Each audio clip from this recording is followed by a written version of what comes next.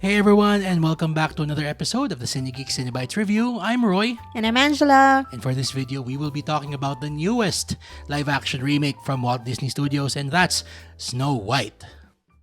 A princess joins forces with 7 enchanted individuals to liberate her kingdom from her cruel stepmother, the evil queen. But before we continue, don't forget to like this video, subscribe to our channel, and share this video with your friends. Alright, so, Ange, what did you think of Snow White? Well, for me, Snow White is the most iconic Disney princess among all other Disney princesses. Even more so than Cinderella. Yes, Okay. kasi siya yung una eh. So para sa akin, siya yung quintessential Disney princess. Siya yung may true love's kiss, siya yung beauty, and medyo damsel in distress. Ngayon, basta siya yung talagang kapag sinabi mong Disney princess, siya yun.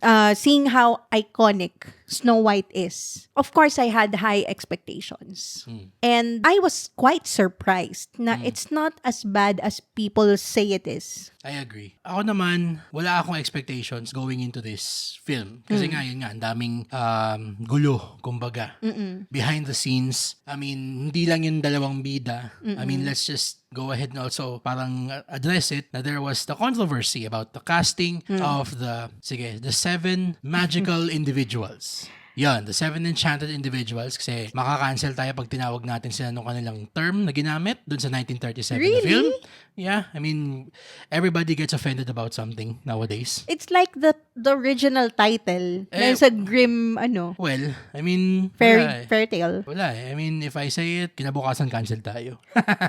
So let's just say it. Actually, kaya nga iwas pusoy nga sila na Snow White lang yung title eh. Oo nga, no? Diba? And yung logline medyo weird kasi syempre nasanay na tayo na kapag sinabing Snow White, meron siyang 7 Actually, iba yung nakalagay na companions, logline I guess. Iba yung nakalagay na logline sa IMDb. May iniba lang ako dyan. Kasi baka ma-flag tayo sa YouTube. At saka baka the mob will come at us with pitchforks. Pero anyway, going back. Casting controversies aside, the personalities involved, yung mga bida, I was pleasantly surprised by how much I enjoyed this film. Primarily because of the songs. Sobrang ganda ng mga kanta na ginawa actually para dito sa scene na to. If I may, okay, yung original, konti lang yung mga kanta doon, pero Actually, iconic siya. Yes.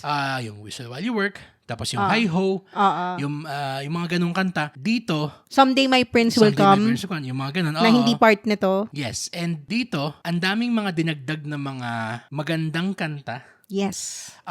that were actually created by the writing tandem of Benj Pasek and Justin Paul. Ooh. The duo known for musicals such as La La Land and The Greatest Showman. So, Kaya naman pala. kumbaga, ito nga sa Greatest Showman nga parang I didn't care for the story that much. Pero tumatatak pa rin siya sa akin dahil dun sa kanta. Yeah. And sobrang ganda ng mga kanta niya. Hanggang ngayon, no? Tama.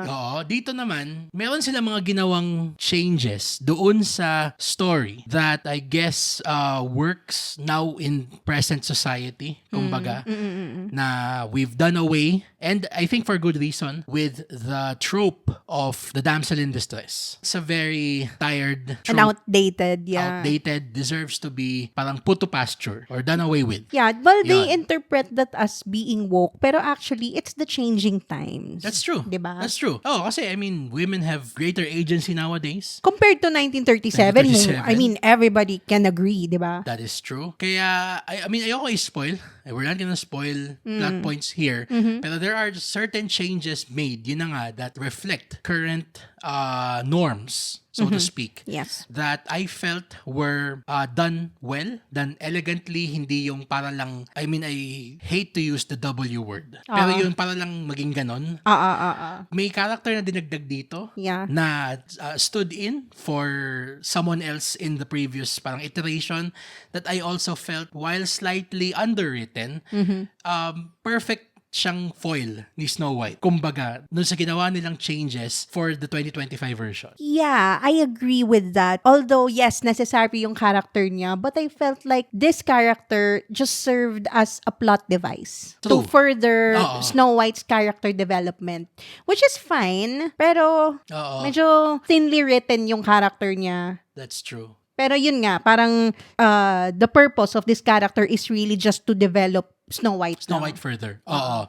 Isa pang masabi ko lang na medyo point of improvement pa ng movie, yung CGI ng mga CGI nung mga enchanted individuals. Okay. Mm. Watch Medyo yourself. medyo nagbo-borderline siya into the uncanny valley. Oo. So, may pagka-Polar Express yung dating. No? Minsan, di ba may para ko sa akin, my God, nakagawa na tayo ng si Michael Douglas sa Ant-Man, even yung kay Robert Downey Jr. sa Civil War, na sobrang linis ng pagkakapabata sa kanya or pag-create ng CGI na mukha, nakakagawa na ng convincing CGI human faces. Why did they have to resort to making the CGI na sobrang yun na nga parang almost borderline Polar Express? Bakit nag-devolve, no? Diba? Kasi parang saan ba nagpunta yung pera dito? Kasi it certainly as hell didn't go to the acting. Maybe crisis management? Pwede. True.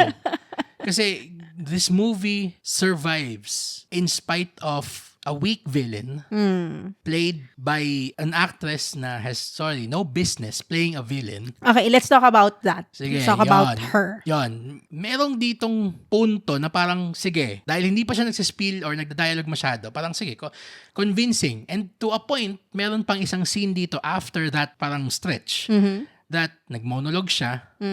And then parang okay, maybe she can pull this off. Oo. Sa umpisa, parang nandun pa yung parang merong creeping evil talaga na mararamdaman mo na intimidating siya. True. Until a certain point of the film, na bigla na lang nag-fall apart yung kanyang evil facade. Oo And kasi, nag-iba talaga yung energy niya. Siguro because of her subpar pa yung kanyang skills. Oo. Sa ganon, hindi pa niya talaga mabigyan ng justice, I guess. Ako, as far as I can remember, wala naman siyang experience, playing villains that much. I mean, looking at her filmography now, there are no villains at all. Sa akin, Gal Gadot is horribly miscast as the evil queen. Yes. Kay Rachel Zegler naman, willing akong i-look over yung kung ano nung mga controversies na meron niya. Kasi, to be fair to her, skills-wise, magaling siya. Oo. For me, siya yung nagdala ng West Side Story. Yes. Alam mo, I can compare Rachel Zegler actually to Ariana Grande. Parang parehas sila ng footing. Controversy-wise and talent-wise. Parang their talent really overshadows all the controversy surrounding them. Kaso kung anong effervescent and bubbly ng personality ni Ariana Grande, ito namang si Rachel Zegler, parang... not so much. Not so much, yeah.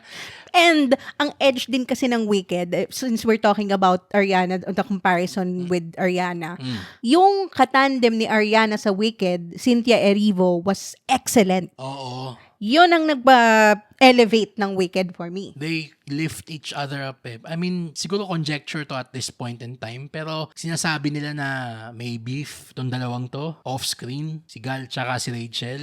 Yun pa, no? Na nag-seep in siya doon sa performance nila. Na parang, if you're being professional, sige, at least naitawid nila. Pero parang yun na nga, naka-apekto siya doon sa chemistry nila eh. Oo. You felt the lack of connection. Parang ayaw nilang magbatuhan ng energy. It's like they're just reciting lines next to each other, I guess. Parang ganon. Pero yun na nga, I mean, just to hopefully wrap this up. Talagang ang pinaka-strength nitong scene na to are the songs. Every time the songs, yes, especially the new ones, and actually yung mga update nila dun sa mga luma. Gusto ko yung homage dun sa mga luma na binigay pa din nila na the spirit of the original Snow White. Yes. Was very much in this movie. You felt it. Alam mong with love for the original, yung pagkakagawa nito. That's true. Yun siguro yung dahilan kung bakit para sa atin. I guess I can say na this is one of the better live-action Disney remakes. Kasi, Yeah. yan sinabi mo siya na ramdam yung love sa pagkakagawa nung sine, I mean, in spite of all the controversies. Pero, above all, hindi nila nakalimutan na mag-iwan ng mga totem na alam ng tao. Kasi sa sobrang tagal na nung Snow White na original, they're just thinking na, I want to hear this song, kumbaga, or I want to see this sequence. There's a sequence here that's in the 1937 original that in my opinion was done better here. Yung mga songs, yung hi-ho, kasi dati yung hi-ho, parang paulit-ulit lang na chorus yun eh. Yeah. Dito, nalagyan nila ng lyrics. Yung mas kanta. na-expand, kumbaga, yung idea or yung concept niya. Yes, mas better introduction siya for the 7 individuals. Yes. Yon. Individuals. Yes, I don't wanna get in trouble with the mob.